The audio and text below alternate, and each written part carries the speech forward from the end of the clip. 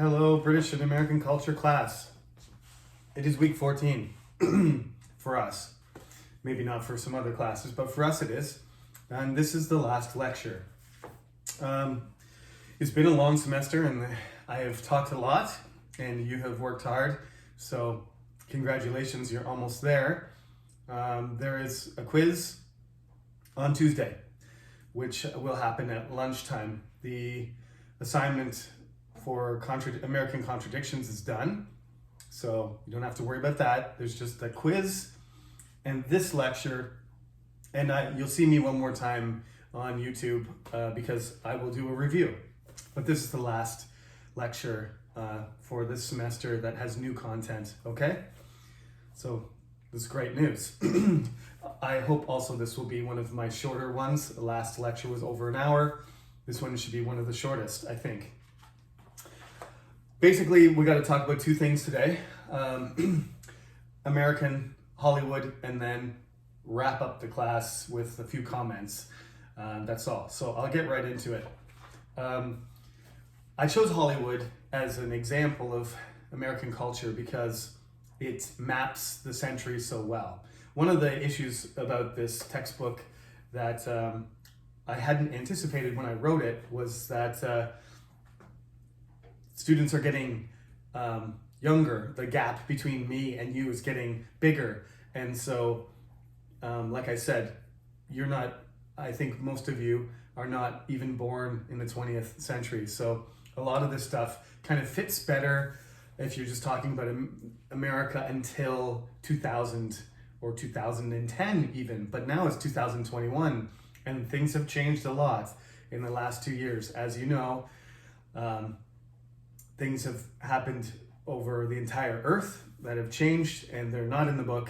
So I will mention a couple things, so please take note of them. And just chapter 8, don't concern yourself with it. The better thing to do, after all we've studied, there's enough material for the exam. Just don't worry about chapter 8. I don't have time to teach you properly so that you're prepared. So we'll just leave chapter 8 alone. I hope some of you read it. It's more contemporary and it talks about certain issues in American culture like drugs and guns and politics.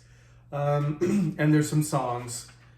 Two of my favorite songs are in there. There's stuff about the military and that kind of stuff at the end of the book as well. It's a very short chapter though, so we won't miss it too much.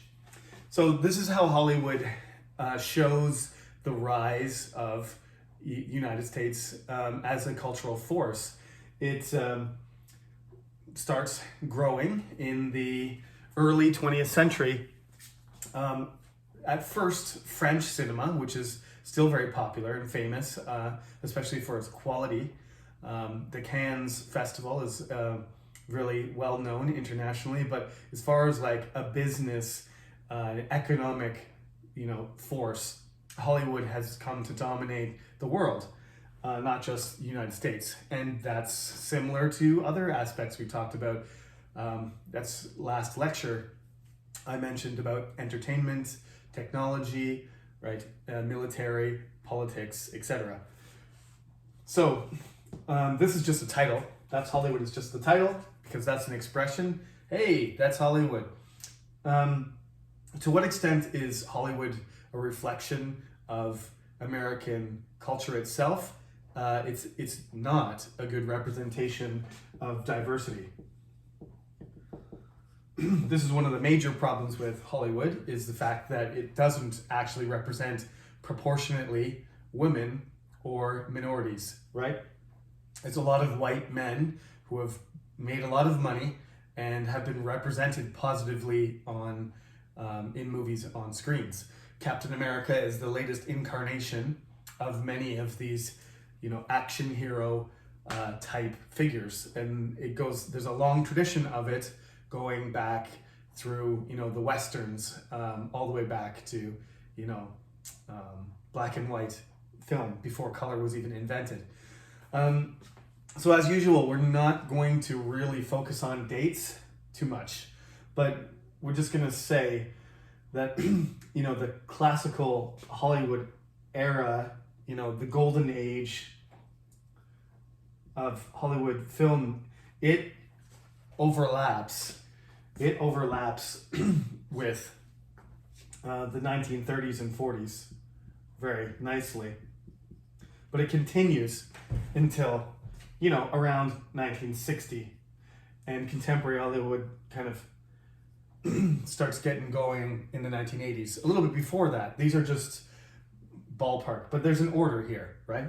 So from the beginning of the century, but really the black and white era gains steam, around World War I, we'll say 1920, starts getting really popular and growing and having larger audiences. At the beginning of the black and white era, there's no sound. So one of the things, like I said, there is connections between all of these cultural things. So obviously one of the things that looking at Hollywood development, because Hollywood is representative, it becomes representative of American cinema, is its technology and how it delivers its cultural content. Now, as you know, we can watch it in the theater, we can watch movies on Netflix, you can still get physical copies, you can still get DVDs or Blu-ray discs or whatever. You can get transmitted digitally, you can download it. There's all these different delivery systems. In the beginning, you only had one option, right? There wasn't any even video cassettes. Like when I was young, there was a video rental place and you could go and pay to have a copy of the movie for a weekend. That system doesn't exist anymore. It came into existence when I was young, became popular, and Blockbuster video, and that's it was a great name. If you look it up on Google, you can search Blockbuster Video. It's a blue and yellow sign. It was a huge company that had hundreds and hundreds of stores all over North America. And when the internet started developing and got a hold of the distribution of movies, that whole company just evaporated. The stores were everywhere. And then 3 years later, they were completely gone. It was like it never existed. It was one of the stranger things that I think has happened to the way that we consume things and how fast things change. Like, it's almost like education right now too. 3 years ago, nobody ever thought we would do all of our classes online on YouTube through a server, and now all of them are done that way. It's just like from 0 to 100 in 5 seconds. So a blockbuster is a movie that is very successful. There was actually a bomb that called a blockbuster that would drop and it would explode and it would destroy an entire block. But this is just a movie that is sensational. When it's released, it's very popular and very successful, and everybody goes to see it. That's a blockbuster. So a Hollywood blockbuster is a very successful, popular film. That's what it means. The video rental store was named after that. So Hollywood blockbusters, this is where the blockbuster starts to become a type of film, right? That takes the whole country by storm. Like the most common example from this era is Gone with the Wind, right? Gone with the Wind. Gone with the Wind is made more money by a huge margin. It was the king of blockbusters until I think the Titanic broke the record when I was in high school. So the most popular movie, the biggest grossing movie of all time, was Gone with the Wind for 40 years, 50 years. So this is a very important movie in terms of its popularity, and it's often used as an example of a blockbuster because everybody saw it. Everybody you should watch it too because it's a classic. It's got all kinds of things, again, that are a problem because they're a reflection of a certain part of American society. The Reconstruction, Civil War South is portrayed positively in a sense. In Gone with the Wind, it doesn't really show you a very good, it's not a very good reflection of 21st century America. And most Hollywood movies are not. They're whitewashed, as we call it, because there's so much participation by white males, especially. So anyway, that criticism aside, the technology that develops in the Hollywood, the growth of Hollywood is basically, there were even hundreds of startup studios, but gradually as the technology developed, and by the arrow I mean improving and getting more sophisticated, as the technology developed, it became harder and harder for the studios to compete. So you have, at the beginning of the black and white era, you have cheaper films and you have more competition. So that, you know, these dozens and dozens, maybe, I don't know the exact number, but we'll say 100 or 200 studios, many of them fail, and only the ones that get these blockbuster films and are very successful financially survive. So the number of studios declines steadily all the way to the present, and now there's only the major studios are basically just Disney and Fox and Warner Brothers, Time Warner. They've even merged with each other, so there's these super studios like Disney. Marvel appeared and had its own studio, and then Disney bought Marvel. Pixar was the animation company that was managed or directed by Steve Jobs, and Disney bought that too. So yeah, now there's these mega studios like Disney, right? And I shouldn't write it there, I should write it down here. But Walt Disney started his company in the 1920s. And gradually got bigger and bigger, and he passed away a long time ago. But Walt Disney's company now is Marvel, Pixar, Disney, Touchstone, Disney Plus. It has its own streaming service and everything. Disney owns tons of stuff, television as well. So these mega studios, eventually everything keeps merging and buying. Every time there's a new studio that starts to grow, like Marvel Studios, suddenly expanded, it gets swallowed up. So that process starts at the beginning when there's lots of them, and then only the bigger ones survive, and they just like a big fish eating a small fish. They just keep gobbling up or the smaller ones fail and they go bankrupt if they don't get purchased. And now there remains fewer studios. So that's the way it goes with the sophisticated technology that's developed. So you go from silent films black and white silent films to black and white sound, and then of course you get color. In the 1930s, color starts being developed, and Disney is part of the animation. So you get animation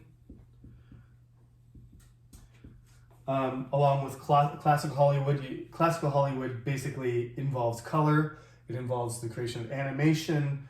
It has sound and improvements in all of those technology. But another factor is the star power of the actors. So in classical Hollywood, you start to get people who are well known for their acting ability. You get famous actors starting to get paid more and get more influence over which films they decide to act in, not just acting wherever they can get work, but the films being made for particular actors basically, and like, oh yeah, Tom Cruise or Harrison Ford or whoever it is. I'm using old people again, which is probably not good for this class. I got to think of more contemporary actors. But many of these people are so well known that people don't even know what the film is. They just say, "Oh, it's a science fiction film and Brad Pitt is in it, and I want to see it because I like Brad." That kind of attitude, the star power, right? Star power happens in classical Hollywood. It's called classical Hollywood because it's the period that is sort of as I said already, the golden age of Hollywood in a sense.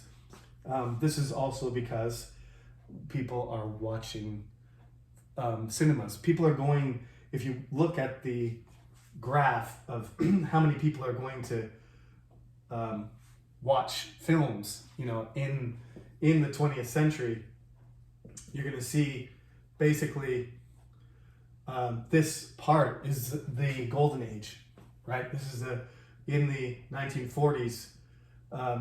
It starts to decline. There's a rise and fall, and this is because of more technology. Before television, you had the choice: listen to the radio. If you want to watch something, you have to go to the theater.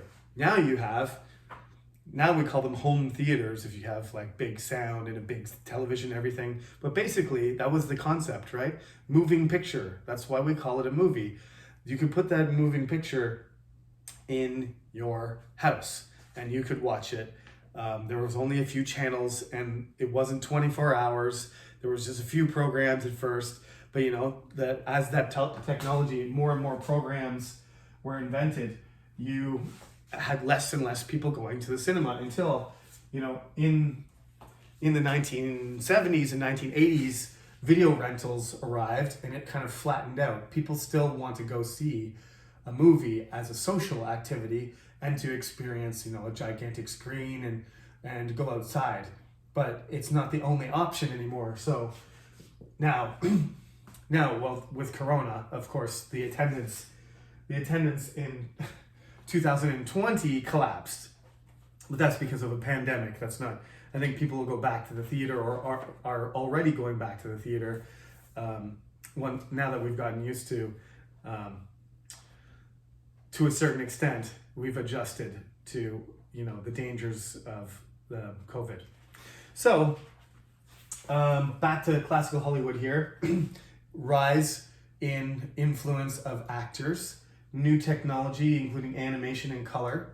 World War II also happened to coincide with 1940s is when America was fighting World War II. So a lot of people wanted to distract themselves from the realities of the brutal realities of fighting, World War in Japan and against Germany.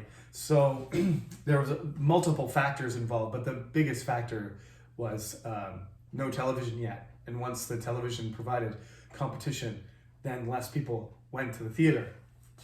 Okay, it's a bit messy here, but New Hollywood. We're done here. New Hollywood is the next section. It's confusing because it's New Hollywood, but it's not as new as Contemporary Hollywood, which is not contemporary anymore because now the Contemporary Hollywood label was used for when I was young, but now it's not contemporary. So we probably should choose a different name for this. And New Hollywood is not new anymore, so we should call it like Next Hollywood, and then After Hollywood, and then Current Hollywood. But I don't make the names.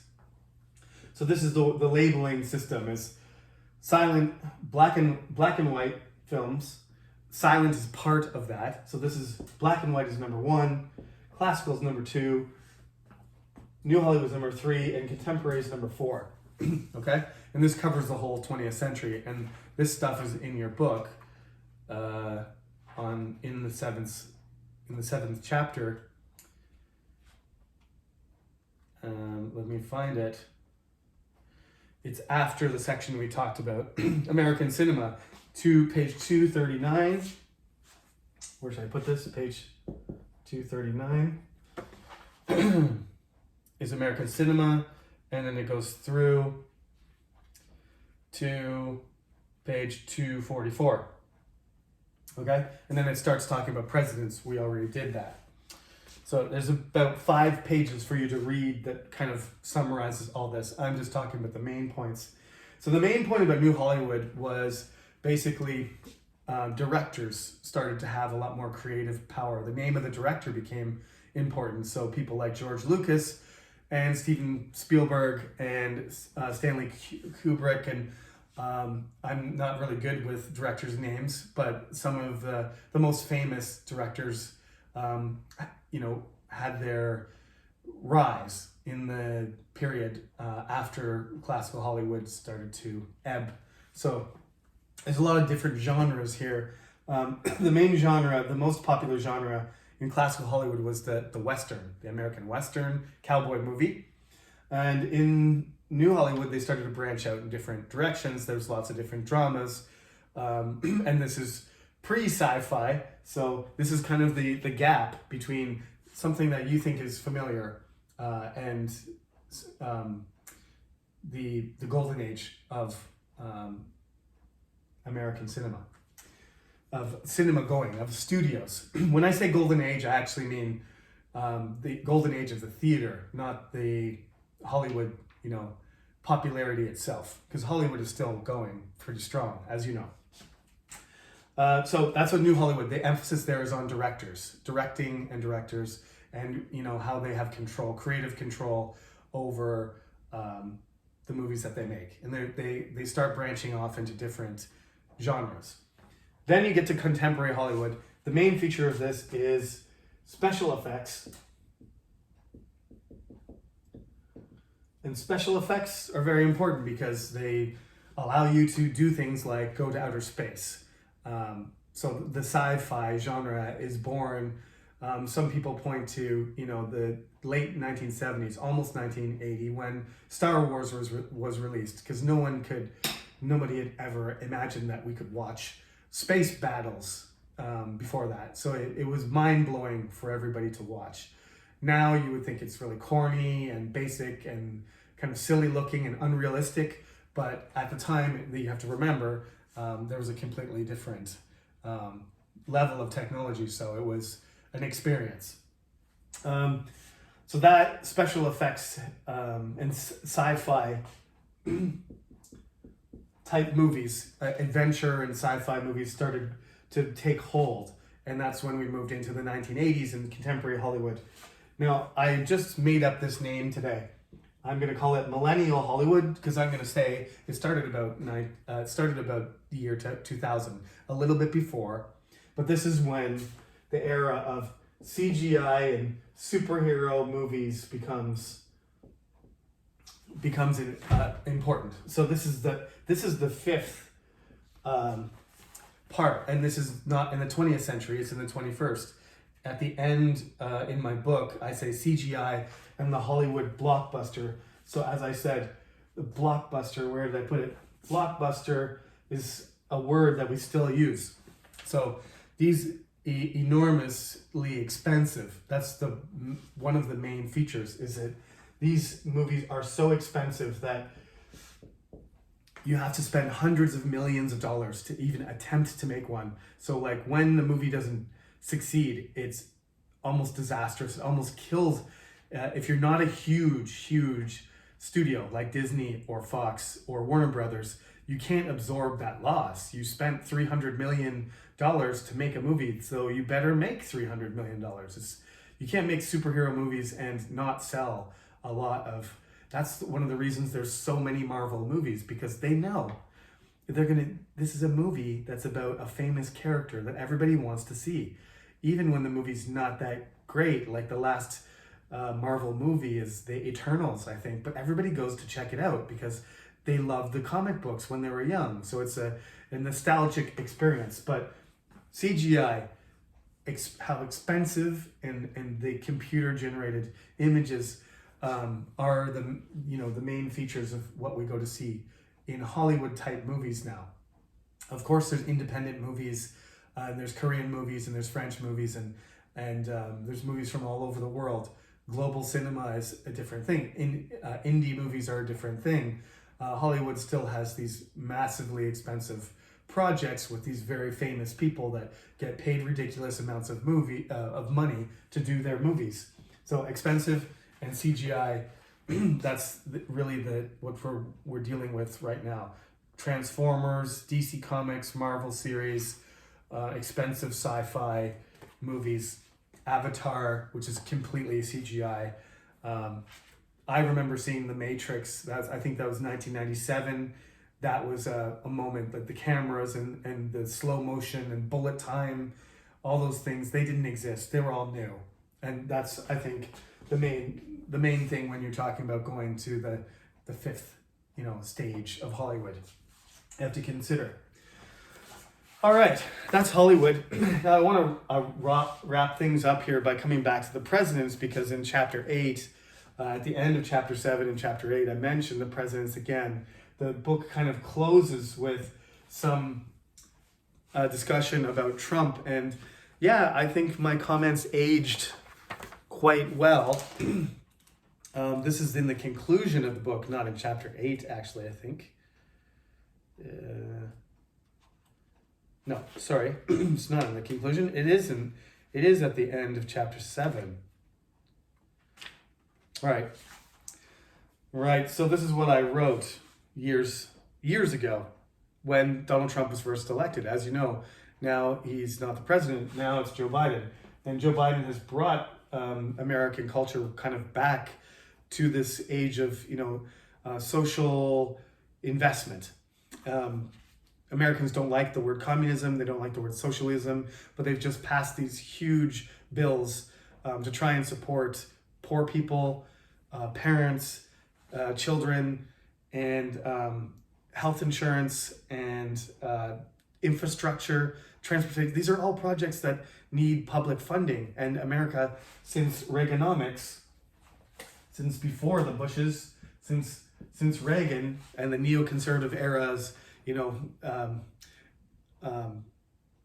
inception, when it started, they have tried to spend less and encourage private businesses to do everything. But it was failing, and COVID made it worse. So Biden's administration is doing something much more similar to what FDR did in the 1930s than anything else since. So it's kind of a throwback to that Depression era politics, where supporting the country through public organizations was very popular. It is very popular. Even a lot of Republicans do support the projects that Biden has been passing through the White House in the last year. This is what I said about Donald. What is remarkable about Donald Trump's victory was the haphazard way he seemed to hijack every Republican event on his way to the presidency, and people claim this was both by design and spontaneous. We are not sure still, because there hasn't been any judgment on it, what level of involvement Donald Trump had in all this, but it seems very clear that his government was a reaction, trying to make America great again. That was his slogan.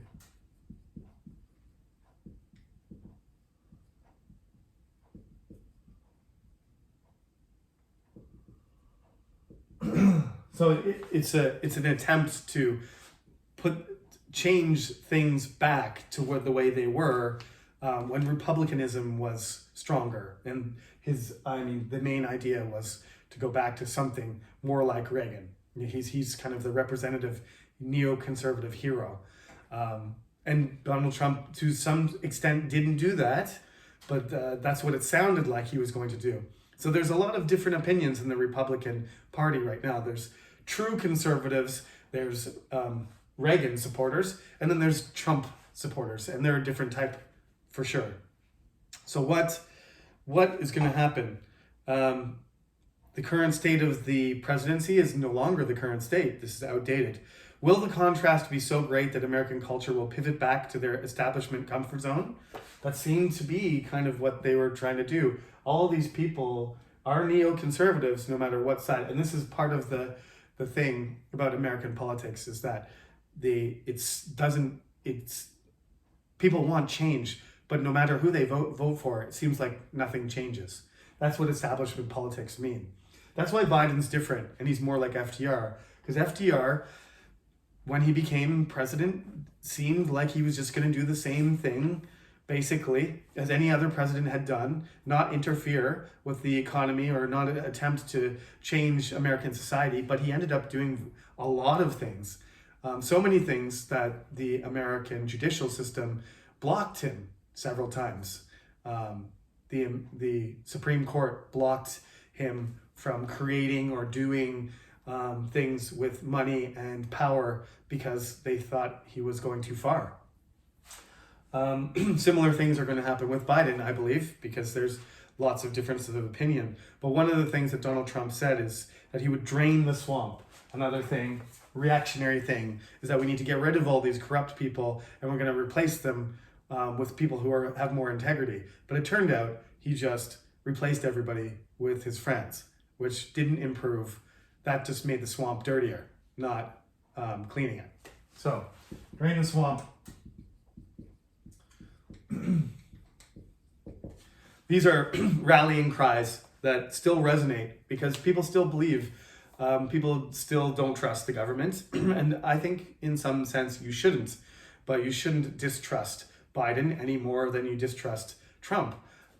When you have people being evaluated for their job and their job is not well done, as seems to be the case in almost every position that was occupied in the Trump administration, they were all not experts. And this is a big problem. If you have a lot of people in your government who do not have experience and do not know how to manage their job and do their job well, then you kind of have a system that's rotten underneath, like a swamp. So it actually got swampier. So will the lack of expertise, conflict, and investigations bring down the president and the Republicans with him, or will this experience push the American frustration even further and bring the revolution? Only time will tell. If you read that, the end of chapter 7, I think I was pretty bang on with my predictions. And no, the revolution didn't happen, but it almost did. And it almost happened from Trump's side. That's not what I was expecting, but that's a story for another day. So let's drop the political comments for the rest of this semester, and we'll just conclude with me letting you go until I do the exam review. We have our exam not this Tuesday, but the following Tuesday. So I'll probably be recording the review after the quiz on Tuesday or Wednesday, and we will go from there. So thank you for listening one more time. And that's all I have for you today. So please pay attention to this lecture carefully and add it to the material that you study for the exam. And I will talk to you again once more before we meet for the final exam. That would be December 14th at lunchtime.